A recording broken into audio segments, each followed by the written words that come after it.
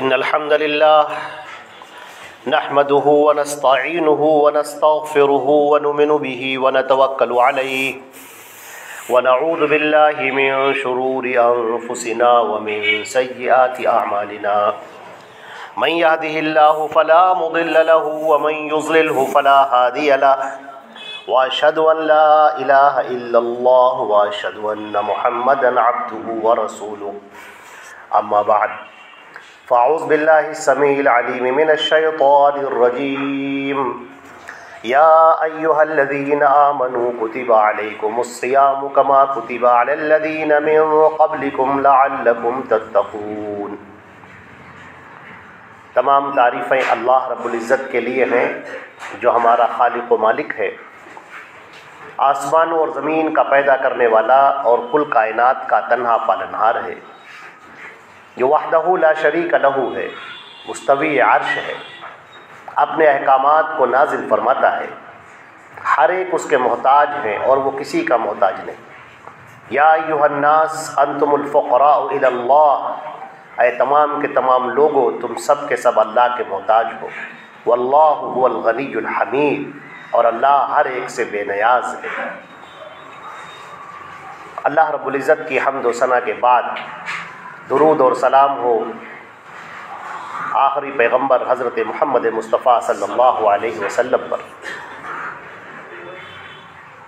اللہ رب العزت نے ان کی ذات پر دین اسلام کو مکمل فرما دیا۔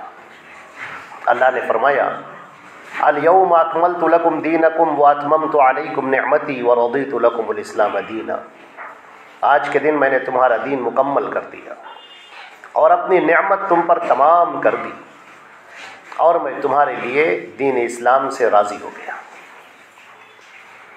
اللہ رب العزت کی رحمتیں ہوں، برکتیں ہوں تمام مومنین اور مومنات پر۔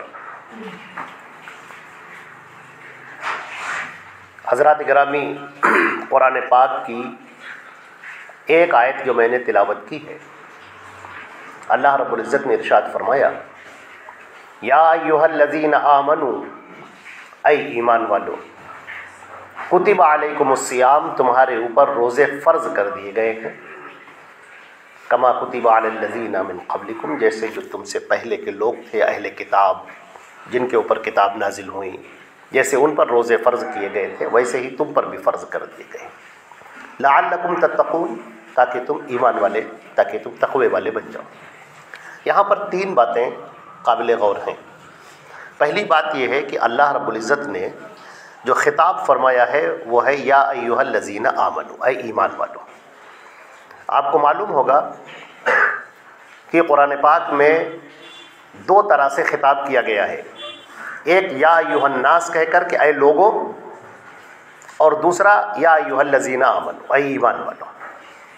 تو جب یا ایھا الناس کہا جاتا ہے تو اس میں سارے کے سارے لوگ شریک ہوتے ہیں، تمام اللہ کے سارے بندے اس کے اندر شریک ہوتے ہیں یا ایھا الناس میں۔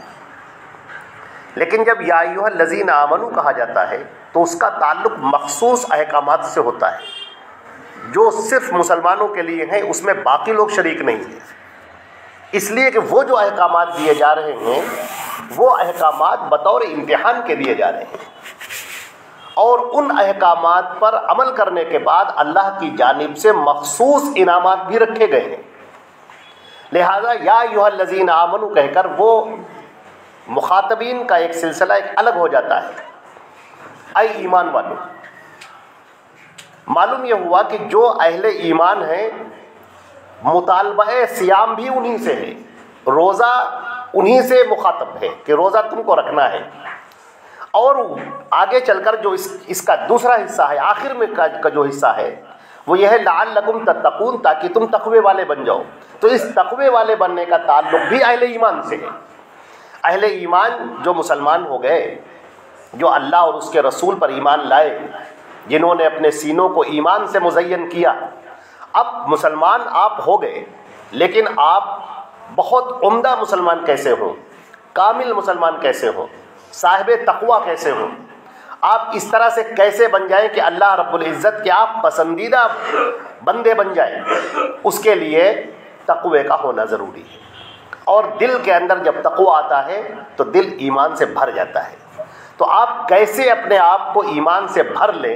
اللہ رب العزت نے وہ بات عطا فرمائی ہے یا ایھا الذین آمنوا، اور ادھر لعلکم تتقون، کہ اے ایمان والو روزے تم پر فرض کیے گئے ہیں تاکہ تم تقوی والے بن جاؤ، تاکہ تم متقی اور پرہیزگار بن جاؤ. اس کے بیچ کا ایک ٹکڑا اور ہے. بیچ کا جو ٹکڑا ہے وہ یہ ہے کما کتب علی الذین من قبلکم، جیسے کہ تم سے پہلے کے لوگوں پر فرض کیے گئے تھے. عزیزان محترم، یہ جو جملہ ہے یہ ایک صرف جملہ نہیں ہے بلکہ ایک پوری تاریخ ہے. یہ تقریباً 4000 سال کی تاریخ ہے. یہ جو ٹکڑا ہے، بیچ کا جو ٹکڑا ہے، یہ کہ جیسے کہ تم سے پہلے کے لوگوں پر فرض. اب یہ جیسے کہ اب یہاں پر تھوڑی دیر کے لیے ہم ٹھہرتے ہیں. اللہ رب العزت نے انسانوں کی ہدایت کے لیے اور انسانوں کی رہنمائی کے لیے مختلف دور میں مختلف پیغمبروں کو بھیجا ہے، اور یہ پیغمبر اللہ رب العزت کے نمائندے بن کر اس دنیا میں تشریف لائے. وہ اللہ رب العزت کے نمائندے ہیں. وہ اللہ رب العزت کی باتیں اس کے بندوں تک پہنچاتے ہیں اور یہ بتاتے ہیں کہ اے تمام کے تمام بندوں، سارے کے سارے انسانوں اور جنوں، سب کے سب لوگ یہ بات سنو کہ اللہ نے جنت بنائی ہے اور اللہ نے جہنم بنائی ہے، اور یہ بن کر تیار ہے. جہنم بھی موجود ہے اور جنت بھی موجود ہے. اور جب کل قیامت کا دن ہوگا تو اللہ رب العزت نے فرمایا فریق فی الجنت و فریق فی السعیر، کچھ لوگ جنت میں جائیں گے اور کچھ لوگ جہنم میں پھینک دیے جائیں گے، ڈال دیے جائیں گے. یہ دو، یا تو جنت ہے اور یا تو جہنم ہے. اس کے بیچ کا کوئی راستہ نہیں. جہاں پر آپ گول گول گھوم جائیں، وہاں سے آپ بھاگ جائیں، راہ فرار اختیار کر لیں. آپ کہیں چلو ہمیں یہ نہیں چاہیے، ہم فلاں جگہ چلے جائیں گے، آپ بھاگ نہیں سکتے، فرار نہیں اختیار کر سکتے. ان دو میں سے کسی ایک کے لیے آپ کو جانا ہی ہوگا، چاہے جنت میں اور چاہے جہنم میں. اسی لیے ہمارے نبی صلی اللہ علیہ وسلم نے یہ دعا سکھائی ہے کہ تمام کے تمام لوگوں اللہ سے پناہ مانگا کرو، اس کی جہنم سے پناہ مانگو اور جنت میں داخلے کی دعا کرو کہ اللہ تعالیٰ ہمیں جہنم سے بچائے اور جنت میں داخل کرے. اور فرمایا فمن زحزح عن النار وادخل الجنہ، جو جہنم سے بچا لیا گیا اور جنت میں داخل کر دیا گیا فقط فاز، تو وہ بہت اچھی طرح سے عمدہ طریقے سے کامیاب ہو گیا. تو اللہ رب العزت نے جب یہ سلسلہ جاری فرمایا تو حضرت نوح علیہ السلام سے بہت سارے احکامات آئے ہمارے نبی صلی اللہ علیہ وسلم تک. ان میں سے روزہ ایک بہت بڑی حکمت کے تحت دیا گیا. روزہ، صوم، یہ اس لیے دیا گیا تاکہ ایک بندے کی بندگی اچھی طرح سے ظاہر ہو جائے اور تاکہ اس کے اندر جو گناہوں کے وائرس ہیں وہ سب کے سب ڈیلیٹ ہو جائے، ختم ہو جائے. یہ روزہ جو بندوں کو دیا گیا، وہ بھی اہل ایمان تھے جن کو روزہ دیا گیا جو تم سے پہلے کے لوگ گزرے ہیں. حضرت ابراہیم علیہ السلام کی قوم، یا حضرت اسماعیل علیہ السلام کی قوم، یا حضرت موسیٰ علیہ السلام کی قوم، حضرت عیسیٰ علیہ السلام کی قوم، یہ جو بھی اہل ایمان گزرے ہیں، جو تم سے پہلے کے جو لوگ تھے، جو پہلے جو پیغمبر گزرے ہیں، ان کی جو امتیں تھیں ان پر بھی روزہ فرض کیا گیا. اور مفسرین نے لکھا ہے کہ یہاں پر بطور خاص یہاں پر یہود اور نصارہ مراد ہیں. بطور یوں تو سارے لوگ مراد ہیں، لیکن چونکہ اہل عرب جن کے درمیان رہ رہے تھے اور ہم لوگ اپنی آنکھوں سے جو تاریخ کا مشاہدہ کرتے ہیں، یہاں پر یہود اور نصارہ کے عروج اور زوال ہمیں نظر آتا ہے، اس کے بلندیاں اور اس کی پستیاں ہمیں دکھائی دیتی ہیں. تو وہ اہل عرب جو یہود اور نصارہ کو اپنی آنکھوں سے دیکھ رہے تھے اور وہ ان کے زندگی کے کردار کو اپنی آنکھوں سے دکھائی دے رہا تھا ان کا. لہذا اللہ رب العزت نے فرمایا کہ ذرا ان لوگوں کو دیکھو، یہ کون لوگ ہیں جو اپنے آپ کو موحد کہتے ہیں. یہودی آج بھی اپنے آپ کو اہل توحید کہتے ہیں. آج بھی، اس وقت بھی شرک میں ڈوبنے کے باوجود، کفریہ کلمات زبان سے ادا کرنے کے باوجود، انبیاء کرام کو قتل کرنے کا اقرار کرنے کے باوجود، تمام طرح کے گناہوں میں ملوث ہونے کے باوجود، آج بھی اپنے آپ کو وہ اہل توحید کہتے ہیں اور آج بھی یہ کہتے ہیں نحن ابناء اللہ واحباؤہ، ہم تو اللہ کے بیٹے ہیں اور اللہ کے بڑے چہیتے ہیں، اور وہ یہ بھی کہتے ہیں لن تمسنا النار الا ایاما معدودہ، جہنم تو ہمیں چھو بھی نہیں سکتی ہے، ہاں اگر کوئی بہت گھٹیا درجے کا کمینہ انسان ہے تو اس کو جہنم میں ڈالا جائے گا، فوراً نکال لیا جائے گا اور جنت میں ڈال دیا جائے گا۔ یہ آج بھی وہ دعوی توحید بھی ہے اور اللہ کے چہیتے ہونے کا دعویٰ بھی ہے، یہ سب کچھ صحیح ہے۔ اللہ رب العزت نے ان کو بہت خاص طریقے سے ڈانٹا ہے اور بہت بری طریقے سے جھڑکا ہے، اور یہ کہا ہے اللہ رب العزت نے بلا من کسب سیئۃ وحاطت بہ خطیئتہ، یاد رکھو اس دنیا میں جو بھی شخص رہ رہا ہے اگر وہ جرم کرتا ہے تو ہم اسے سزا دیں گے۔ افنجعل المسلمین کالمجرمین، کیا یہ جو مسلمان ہیں اور مجرم ہیں دونوں ایک جیسے ہوں گے کیا؟ جو اہل ایمان ہیں کیا وہ مجرم بن جائیں گے؟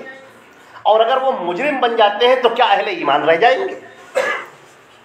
لہٰذا ہم یہ دیکھتے ہیں بنی اسرائیل کی تاریخ میں کہ جب انہیں روزہ جیسی عظیم عبادت دی گئی اور یہ بتایا گیا کہ یہ روزہ اس لیے ہے تاکہ تم اللہ کے قریب ہو جاؤ، تم بہت گناہوں میں دور بھاگ چکے ہو، اللہ نے تمہیں موقع دیا ہے کہ تم اس رمضان کی برکت سے، اس روزے کی برکت سے آؤ اور اللہ کے قریب ہو جاؤ، تو ان لوگوں نے یوں کہا روزہ تو انبیاء کے لیے ہے، جو نبی ہیں وہ روزہ رکھیں گے۔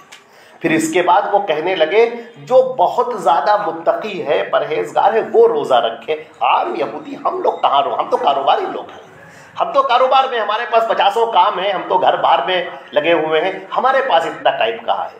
لہٰذا وہ روزے سے الگ ہوتے اس طرح سے رہ گئے کہ آج یہود کی شریعت میں روزہ ایک نفل عبادت بن کر رہ گیا، جس کا جی چاہے رکھ لے، جس کا جی چاہے نہ رکھے، بس۔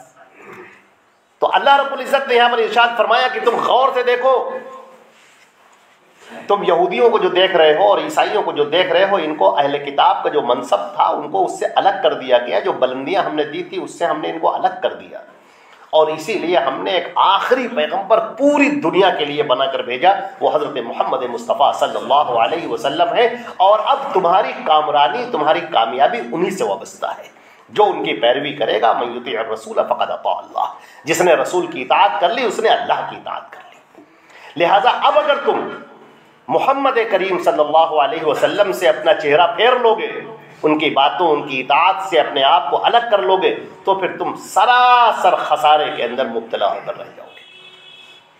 کہ اہل کتاب اب یہ ہمارے پسندیدہ نہیں ہیں، ہاں تھے پسندیدہ، اس میں کوئی شک نہیں ہے۔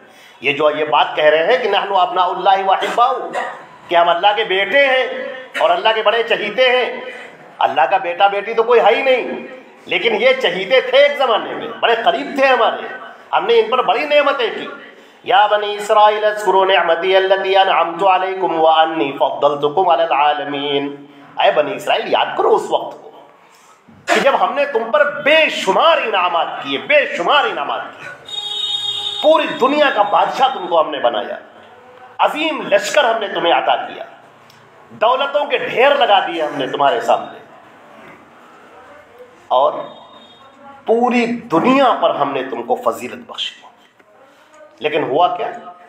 اس کے بعد تمہارا معاملہ تو یہ رہا کہ فتؤمنون ببعض الکتاب وتکفرون ببعض، تمہارا معاملہ تو یہ ہے تورات کے کچھ حصے پر عمل کرتے ہو، باقی حصے کو پیچھے ڈال دیتے ہو۔ عظیم عبادتیں تم کو دی گئیں، اسے تم نے تماشا بنا دیا، اسے تم نے کھلواڑ بنا دیا۔ صحیح عقائد تم کو دیے گئے، بالکل ستھرے نکھرے عقائد تم کو دیے گئے، وہ عقائد تمہاری سمجھ میں نہ آئے، اس کے اندر تم نے اپنی باتیں داخل کر دی، تم نے اللہ کے لیے ہاتھ ماننا شروع کیا، اور تم نے یہ کہا کہ اللہ اور انسان بالکل ایک جیسے ہیں، انسان ہی کی شکل میں اللہ ہے، پھر اللہ رب العزت اپنے آپ کو الگ کرتا ہے، پھر اللہ رب العزت اپنے بیٹا عزیر علیہ السلام کو اس نے اپنا بیٹا بنایا۔ اس طرح کے ایسے عقیدے تم نے گڑھے جس کا نہ تورات میں کوئی ذکر تھا، نہ موسیٰ کی زبان سے اس طرح کے کلمات ادا ہوئے۔ تو تم اس منصب پر کہاں رہ گئے؟ اہل ایمان کے منصب پر تم باقی کہاں رہ گئے؟ ہم نے تم کو جو فضیلت دینے کا وعدہ کیا تو اس منصب کے تم اہل ہو کہاں؟ آج ہم مسلمانوں کو بھی بہت غور سے اس بات کو جاننے کی ضرورت ہے یا ایھا الذین آمنو، اے ایمان والو. کون ایمان والا؟ ہر آدمی سینہ ٹھوک کر آگے آتا ہے صاحب ہم ایمان والے ہیں، ہم ایمان والے ہیں. یہ قرآن پاک ہے نا، ہم اس کو مانتے ہیں. محمد رسول صلی اللہ علیہ وسلم ہے ہمارے نبی، ہم ان کو مانتے ہیں. اچھا یہ تو اہل کتاب آج بھی کہتے ہیں، یہودی آج بھی کہتے ہیں کہ ہم تورات کو مانتے ہیں، موسیٰ کو مانتے ہیں. اللہ رب العزت نے تو کہا کہ نہیں، تم مانتے ہی نہیں ہو، تمہارا ماننا کہاں ہے؟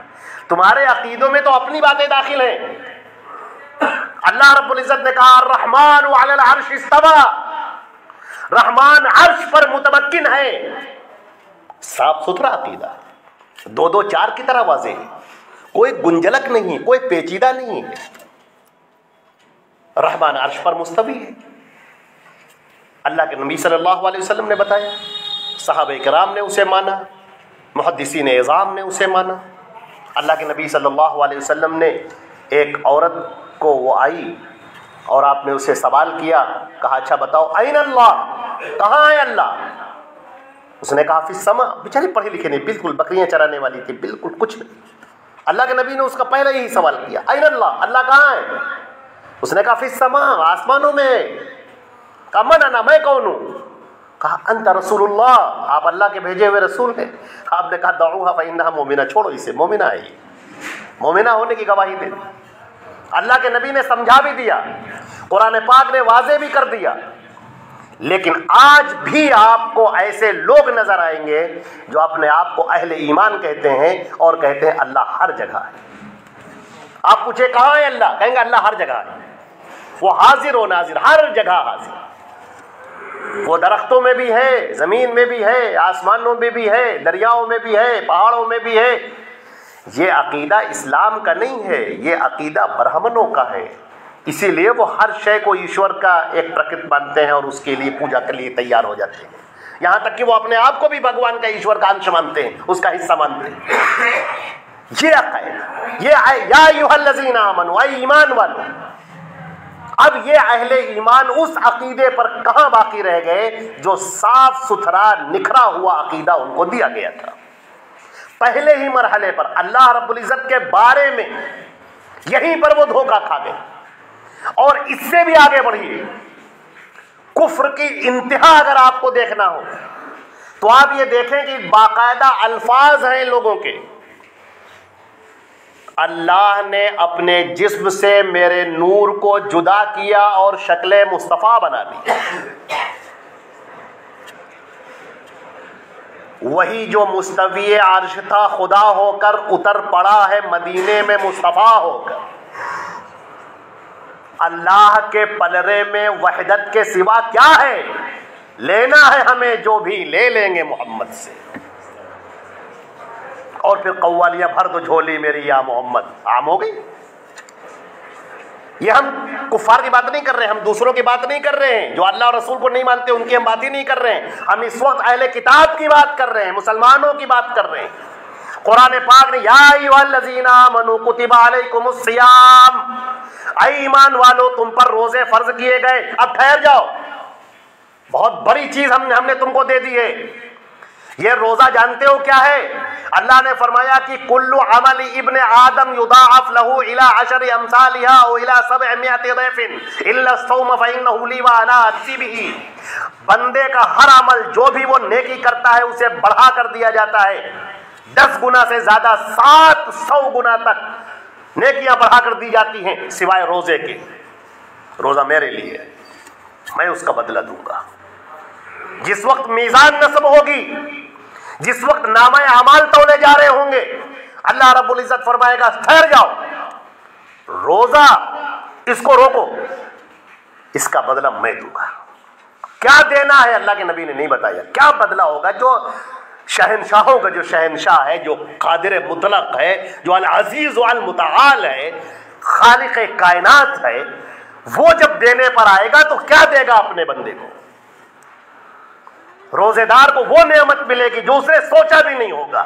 فرمایا حدیث شریف کے اندر کہ جب روزہ دار روزہ رکھتا ہے اس کو دو خوشیاں حاصل ہوتی ہیں۔ ایک تو اس دنیا کے اندر جس وقت وہ پانی کا پہلا گھونٹ پیتا ہے اس کی رگیں تر ہو جاتی ہیں، دل اس کا خوش ہو جاتا ہے، اسے یقین ہوتا ہے کہ میرے پروردگار نے میرے اس روزے کو قبول کر لیا، میں روزہ رہا، اپنے رب کے لیے روزہ رہا، میرے رب کی رضا مجھے مل گئی، میرے رب کی عنایت مجھے مل گئی۔ اللہ تعالیٰ فرماتا ہے کہ اور تمہیں ہم خوش کریں گے اس موقع پر جب تم ہمارے سامنے کھڑے ہو گے۔ ان لقاء ربک، جس وقت وہ اپنے رب سے ملاقات کے لیے حاضر ہوگا، اللہ کے سامنے جس وقت کھڑا ہوگا، اللہ تعالیٰ فرماتا ہے میں اسے خوش کر دوں گا، اسے راضی کر دوں گا۔ یہ روزہ ہے۔ فرمایا جنت کے اندر ایک ایسا دروازہ ہوگا، کہا جائے گا اسے باب الریان کہا جائے گا، سیرابی کا، جہاں پر دل بالکل مطمئن ہو جائے، خوش ہو جائے۔ اللہ تعالیٰ فرمائے گا این الصائمون لی، میرے لیے روزہ رکھنے والے کہاں ہیں؟ وہ کھڑے ہو جائیں گے، لوگ کھڑے ہو جائیں گے۔ اللہ تعالیٰ فرشتوں کو حکم دے گا ان سب کو باب الریان میں داخل کرو۔ باب الریان میں وہ داخل ہوں گے۔ وہاں کون سی نعمتیں ہوں گی نہیں بتایا گیا نہ، وہ ایسی نعمتیں ہوں گی۔ حدیث شریف میں فرمایا گیا کہ جب سارے روزے دار اس دروازے میں داخل ہو جائیں گے تو کہا جائے گا دروازہ بند کرو، اب کوئی دوسرا اس کے اندر نہیں جائے گا، یہ دروازہ بند۔ یہ صرف روزے داروں کا ایک اسپیشل گفٹ ہے، اسپیشل انعام ہے جو صرف روزے داروں کو دیا جائے گا۔ ذرا سوچیں، ذرا سی بات پر روزہ چھوڑ دینے والے، یہ کہنے والے کہ ہمیں تو چکر بہت آتے ہیں، کہاں روزہ رکھ پائیں گے، ذرا سی بات پر جو بہانے تلاش کر کے روزے کو چھوڑ دینے کے قائل ہے، ذرا سی دھوپ لگی روزہ توڑ دیا، روزہ چھوڑ دیا، ذرا سی سحری نہیں کھائی روزہ چھوڑ دیا، ذرا سی پیاس لگی بیچ وقت میں روزہ توڑ دیا، ذرا سی دقتیں آ گئیں، ذرا سی پریشانی آ گئی، ذرا سی دوڑ بھاگ کرنا پڑ گیا، روزہ توڑ دیا، ذرا سی بات پر روزے کو بریک کرنے والے، توڑنے والے۔ سوچیں پہلے اللہ نے کیا انعام رکھا ہے۔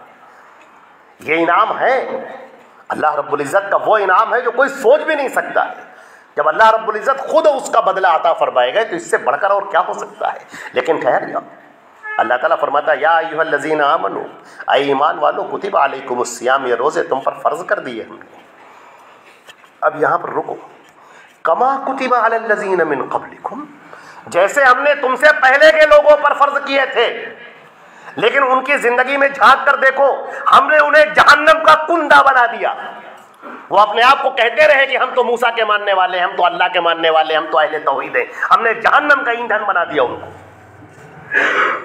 حقائق اس کے اندر تم نے اپنی باتیں داخل کر دی، تمہاری ہمت کیسے ہو گئی اللہ کے بارے میں کچھ ایسے الفاظ کہنے کی؟ تمہاری ہمت کیسے ہو گئی رسول کے بارے میں ایسے الفاظ کہنے کی؟ وہ باتیں جو اللہ نے نہیں بتائیں، اس کے رسول نے نہیں بتائیں، وہ تم نے کیسے مان لی؟ کوئی مر گیا، تم چلے ہو اس کا تیجا کرنے کے لیے، تم چلے ہو اس کا 40واں کرنے کے لیے، تم چلے ہو اس کی برسی منانے کے لیے، تم چلے ہو قرآن خوانی کرنے کے لیے، لوگوں کو ایک لائن سے بٹھا دیے کہ سب پڑھیے ایک پارا، سب لوگ تسبیح سب کے ہاتھ میں بانٹ دی، پڑھیے صاحب کلمہ لا الہ الا اللہ پڑھیے، بیٹھال دیا آپ نے مصیبت آئی صاحب ختم خواجگان کیجئے لا الہ الا انت سبحانک انی کنت من الظالمین، پڑھیے 100 لاکھ مرتبہ۔ تماشا ہے کیا یہ دین ہے کہ کھیل ہے؟ یہ دین محمد رسول اللہ صلی اللہ علیہ وسلم کا دیا ہوا ہے، انہوں نے تو نہ بتایا۔ یہ کس شیطان نے تمہارے دماغ کے اندر یہ بات، یہ افسون ڈال دیا؟ ذرا سوچ کر دیکھو تم، اللہ تمہیں اپنی جنتوں میں داخل کرنا چاہتا ہے، اللہ تمہیں جنت الفردوس عطا کرنا چاہتا ہے، اللہ تم پر اپنی رحمتیں اور اپنی شفقتیں نچھاور کرنا چاہتا ہے، اللہ رب العزت تمہیں اپنے عرش کے سائے میں رکھنا چاہتا ہے، اللہ رب العزت اپنے انعام اور اکرام کی انتہا کر دینا چاہتا ہے۔ ہم تو مائل بکرم ہیں، کوئی سائل ہی نہیں، راہ دکھلائیں کسے؟ رہ روے منزل ہی نہیں۔ لوگوں نے اپنا چہرہ خود ہی پھیر لیا اللہ کی طرف سے، اس کے رسول کی طرف سے۔ اللہ کے بارے میں کہنے پر آئے تو نہ معلوم کون کون سے الفاظ کہنے چلے گئے، رسول کے بارے میں کہنے پر آئے تو اس کو اللہ کا حصہ بنا دیا، اللہ کا جز بنا دیا، اللہ اور رسول کو بالکل برابر قرار دیا، ان کو نور کا کہنے لگے، انہیں مالک و مختار کہنے لگے، انہیں کہنے لگے انہیں غیب حاصل ہے، ما کانا وما یکونو، جو ہوا اور جو ہوگا ان سب کا علم حاصل ہے محمد رسول اللہ صلی اللہ علیہ وسلم کو۔ انہیں مالک مختار کہہ دیا، انہیں مشکل کشا کہہ دیا، اور ان کو چھوڑو ان کے بعد آنے والے تمام جو ان کی نگاہ میں ولی ہوئے ان سب کو اس کا قرار دیا کہ وہ بھی سب عالم الغیب جاننے والے ہیں۔ کہاں پر وہ یہ امت مسلمہ کہاں پر پہنچ گئی؟ یہ تو یہودیوں سے بھی آگے بڑھ گئی، ان کے ہاں بھی تو کہیں نہ کہیں ایک ڈر پیدا ہوا، یہاں تو وہ بھی باقی نہ رہا۔ یہ تو مشرکین مکہ سے بھی آگے بڑھ گئے، وہ کم سے کم جب سمندروں کے اندر سفر کرتے تھے اور پریشانی میں موجیں انہیں گھیر لیتی تھیں تو اس وقت وہ لات عزا ہبل کو نہیں پکارتے تھے، وہ ایک اللہ کو آواز دیتے تھے، اور تم تو اس سے بھی زیادہ ذلیل اور اس سے بھی زیادہ گھٹیا پن پر اتر آئے کہ تم اس موقع پر بھی اپنے پیر کو آواز دیتے ہو اور عقیدہ یہ بناتے ہو کہ جب میں نے پیر صاحب کو آواز دی تو وہ تشریف لائے اور اپنی کمر لگا دی میرے اس جہاز میں، اور وہ جہاز جو ڈوب رہا تھا، جو سنک ہو رہا تھا، وہ ایک دم سے اوپر اٹھ گیا۔ اور بعد میں ان کے مرید نے دیکھا کہ وہ پیٹھ کے اوپر وہ چھلے کے نشان ہیں، اور کہنے لگے ذرا یہ میرا تہمن دھل دو، تو دیکھا کہ اس میں آب شور کا پانی، یعنی وہ پانی جو نمکینی لیے ہوئے ہوتا ہے، سمندر کے پانی جیسا۔ ہم نے کہا کہ یہ پانی یہاں کہاں سے آ گیا؟ کہا چھوڑ اس کو، رہنے دو، سب راز ہیں۔ کہ کیا سے کیا عقیدے بنا ڈالے، یا ایھا الذین آمنوا، ایمان والو، تو کہیں تمہارا حشر وہی نہ ہو جائے جو اہل کتاب کا ہوا۔ یقیناً یہ روزے ہم نے دیے ہیں، ان روزوں کی بڑی فضیلت ہے۔ یہ رمضان کا مہینہ انتہائی محترم، انتہائی مبارک مہینہ ہے۔ علامہ قرطبی نے اور علامہ ابن کثیر دونوں نے لکھا ہے کہ جب یہ بات کہی گئی کہ شہر رمضان الذی انزل فیہ القرآن، اس آیت کی تفسیر میں لکھتے ہیں کہ رمضان کے مہینے میں جو قرآن نازل ہوا، جتنی کتابیں ہیں وہ ساری کی ساری رمضان کے مہینے میں نازل ہوئی۔ جتنی کتابیں اللہ نے نازل کی وہ رمضان کے مہینے میں نازل کی۔ یہ رمضان کا مہینہ بڑا مخصوص مہینہ ہے۔ اس رمضان کے مہینے میں شیاطین کو قید کر دیا جاتا ہے، جنتوں کے دروازے کھول دیے جاتے ہیں، جہنم کے دروازے بند کر دیے جاتے ہیں۔ اللہ رب العزت کی صدا ہے کہ آؤ، کوئی مانگنے والا ہو تو مانگے، کوئی جس کو جو خواہش ہو وہ مانگے، وہ طلب کرے، اس پر رحمتیں لٹائی جاتی ہیں۔ آدمی اپنے زبان سے کچھ نہیں کہتا، اس کے باوجود اسے دیا جاتا ہے، بے تحاشا دیا جاتا ہے۔ آپ نے روزہ رکھ لیا، اب آپ عبادت میں ایسا شامل ہو گئے کہ آپ پر اللہ کی رحمتیں ٹوٹ کر برس رہی ہیں، گر رہی ہیں آپ کے اوپر۔ لیکن پہلے جائزہ تو لو، تم اہل ایمان میں سے ہو بھی نہیں۔ دین کا تیا پاچا نہ کرنا جیسے اہل کتاب نے کیا۔ اہل کتاب نے اپنے دین کو بالکل بیکار کر دیا، اس کے اندر اپنی باتیں اس قدر داخل کر دیں کہ وہ دین باقی نہ رہا۔ اللہ نے اس دین کو اٹھا کر کنارے کر دیا اور کہا اب اس کی طرف رجوع مت کرنا، اب ہم ایک نیا دین اتار رہے ہیں، ایک دین جو مکمل ہوگا، جو اکمل ہوگا، جو کامل ہوگا، وہ دین اسلام ہوگا۔ اور سنو، اس دین کی حفاظت کی ذمہ داری ہم نے لی، اب اس میں کوئی باتیں داخل کر نہیں پائے گا۔ لوگوں نے بڑی داخل کرنے کو، اللہ کا شان دیکھیے، آج قرآن بھی موجود ہے، آج حدیث بھی موجود ہے، آج قرآن کی ایک ایک آیت ہمارے سامنے بالکل سورج کی طرح موجود ہے۔ اللہ کے رسول کا فرمان بالکل واضح سورج کی طرح چمکتا ہوا ہمارے سامنے موجود ہے۔ حدیثیں صحیح، اور کچھ جو مکار اور خبیثوں نے اللہ کے رسول کے نام پر جھوٹ بولنے کی کوشش کی، ان کی باتوں کو جمع کر کے ایک جگہ پر کر دیا گیا ہے۔ جو حدیثیں ضعیف ہیں، جو منکر ہیں، جو شاذ ہیں، جو معلل ہیں، ایک کنارے کر دی گئی۔ صحیح حدیثوں کا ذخیرہ ایک طرف ہو گیا، پیور حدیث، قرآن اور پیور حدیث، بالکل صاف ستھری حدیث۔ لیکن ہائے رے مسلمان، افسوس، صد افسوس، صد افسوس، اگر آسمان اپنا آنسو بہائے تو اس کے آنسو کم پڑ جائیں، اور زمین رونے پر آئے تو اس کا کلیجہ شق ہو جائے کہ یہ قرآن اور حدیث کی موجودگی میں آج بھی لوگ ہیں جو کہتے ہیں کہ نہیں، ہم تو اپنے امام کی سنیں گے، ہم تو اپنے مفتی کا فتویٰ مانیں گے، ہم تو ہمارے یہاں تو یہ ہوتا ہے، ہمارے باپ دادا تو ایسا کرتے آئے ہیں۔ محمد رسول اللہ سے اعراض کرنے کا نتیجہ جانتے ہو تم؟ آسمان سے پتھر برسے تو کم ہے، آسمان سے آگ برسے تو کم ہے، یہ زمین آگ کا دہکتا ہوا انگارہ بن جائے تب بھی کم ہے۔ یہ انسان اس لائق ہی نہیں کہ اس زمین پر رہ سکیں، وہ سوخت کر دیے جائیں، جلا دیے جائیں، تب بھی کم ہے۔ لیکن یہ اللہ کی شان رحیمی ہے جو ہم کو ہر بار موقع دیتا ہے۔ اللہ کے نبی صلی اللہ علیہ وسلم نے فرمایا ان اللہ یمد یدہ بالنہار لیتوب مسیء اللیل، اللہ دن میں اپنا ہاتھ بڑھاتا ہے کہ رات کے گنہگار کو معاف کر دے، اور رات میں اپنا ہاتھ بڑھاتا ہے کہ دن کے گنہگار کو معاف کر دے، اور یہ ہوتا رہے گا جب تک سورج مغرب سے طلوع نہ ہو جائے یا جب تک انسان کی روح اس کے حلق میں نہ آ جائے۔ اللہ رب العزت ہم کو اور آپ کو عمل کرنے کی توفیق عطا فرمائے، رمضان کے ان روزوں کی قدر کرنے کی اور نیکیاں کرنے کی، تقوی اور طہارت پیدا کرنے کی توفیق عطا فرمائے۔ ہم اے اللہ تو ہمارے سینوں کو ایمان سے مجھلا کر دے، اے اللہ ہمارے سینوں کو ایمان سے بھر دے، اے اللہ ہمیں صحیح عقائد پر رکھ، اے اللہ ہمیں حضرت محمد مصطفیٰ صلی اللہ علیہ وسلم کی صحیح اور ثابت شدہ احادیث پر عمل کرنے کی اور اسے تبلیغ کرنے کی توفیق عطا فرما۔ اللہم صلی علی محمد وعلی آل محمد۔ اقول قولی ھذا استغفر اللہ لی ولکم ولسائر المسلمین من کل ذنب فاستغفروہ انہ هو الغفور الرحیم۔